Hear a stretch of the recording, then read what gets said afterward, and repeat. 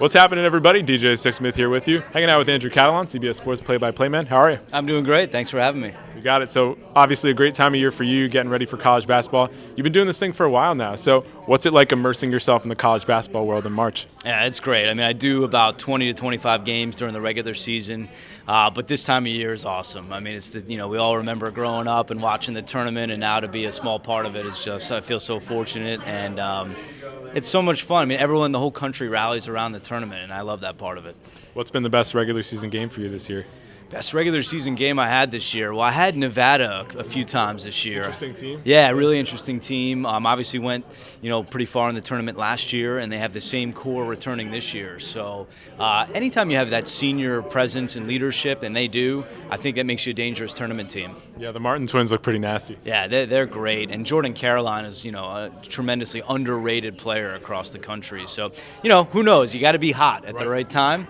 But if that team gets hot, they're certainly capable and going deep. So you've seen Nevada. Who are a couple other teams that you've liked this year that could potentially make a deep run? Well, I saw Houston over the weekend. They won at Cincinnati, which really impressed me. Yeah, Corey Davis had 31 points. And I think that conference, the American Conference, has really taken a step forward this year. I mean, you're going to have at least 4 teams, I think, from that conference in the NCAA tournament. The coaches in that league are tremendous. I think it's a real big step for the conference moving forward.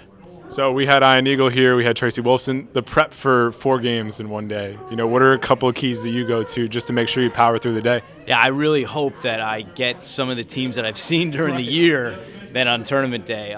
It's tough. It's a grind just to try to familiarize yourself with all these teams in such a short amount of time. For a regular season game, you might have 2-3 days to get ready for 2 teams. Here you have 1 or 2 days to get ready for 8 teams. So it's really a change from the regular season, but it's great. We love it, and when Thursday or Friday hits, you just go. Right, and it's interesting from a storyline perspective. If you get a Bradley or a lower seed, people don't really know about that team. You have to dig a little bit more. So how do you kind of go about things in terms of talking to coaches, talking to players, etc.? Yeah, I definitely like to watch some film of them just so I can familiarize myself with the players, what they look like, their jersey numbers. That's a big part for me. I also like to read the newspaper clippings so just to kind of see what they're talking about around that particular school, and obviously diving into some of the stats and game notes and stuff, and just doing as much as I can and balancing it out across 8 teams. Right. So you've done the tournament for several years. Are there a couple games that jump out to you right away when you think about your best experiences?